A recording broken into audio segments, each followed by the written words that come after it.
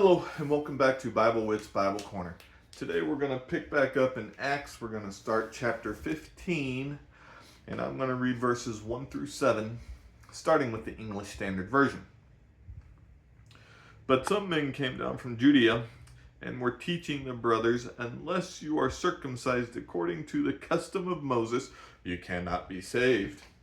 And after Paul and Barnabas had no small dissension in debate with them, Paul and Barnabas and some of the others were appointed to go up to Jerusalem and to the apostles and the elders about this question.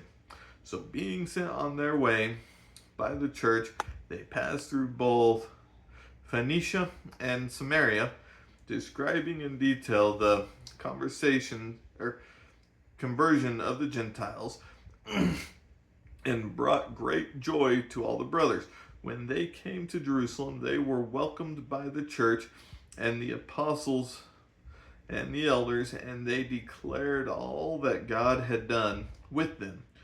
But some believers who belonged to the party of the Pharisees rose up and said, "It is necessary to circumcise them and to order them to keep the law of Moses." The apostles and the elders were gathered together to consider this matter. And after there had been much debate, Peter stood up and said to them, "Brothers, you know that in the early days God made a choice among you, that by my mouth the Gentiles should hear the word of the gospel and believe." All right, New Century Version. Then some people came to Antioch from Judea and began teaching the non-Jewish believers, "You cannot be saved if you are not circumcised, as Moses taught us." Paul and Barnabas were against this teaching and argued with them about it. So the church decided to send Paul, Barnabas, and some others to Jerusalem, where they could talk more about this with the apostles and the elders. The church helped them leave on their trip, and they went through the countries of Phoenicia and Samaria, telling all about how the other nations had turned to God. This made all the believers very happy. When they arrived in Jerusalem, they were welcomed by the apostles and the elders and the church. Paul and Barnabas and the others told about everything God had done with them. But some of the believers who belonged to the Pharisee group came forward and said, "The non-Jewish believers must be circumcised. They must be told to obey the law of Moses." The apostles and the elders gathered to consider this problem, and after a long debate, Peter stood up and said to them, "Brothers, you know that in the early days God chose me from among you to preach the good news to the nations.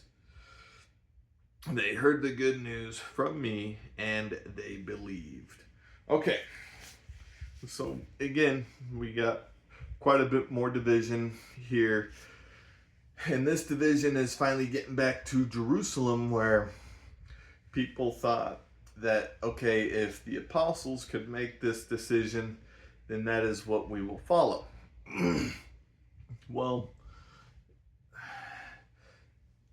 I would say the advantage we have today as compared to back then is we can read the Bible from cover to cover, and we can see that when Jesus came and fulfilled all the prophecies, including his death, burial, and resurrection from the cross and the grave and all that, basically put the law of Moses null and void. It is good history for us to read and learn and all of that, but we are no longer under the Old Testament. We are under the New Testament. We are under Christ. So like I said, we have that advantage today. And the apostles technically had that advantage also because they were directly with Christ. They saw all of these prophecies coming true, and I'm almost certain Jesus was telling them after each prophecy about which prophecy he had fulfilled. So, we're going to see here in a little bit that no, the Gentiles, the Samaritans, all of them, they don't have to be circumcised according to the law of Moses. There is the physical circumcision, and then there is a circumcision of the heart, and all that, and that all just gets discussed not just in Acts, but all throughout the entirety of the New Testament. So we must always look to Christ and no other sense of authority. I hope you find encouragement in this, and I hope you have a wonderful, God-centered day. Bye.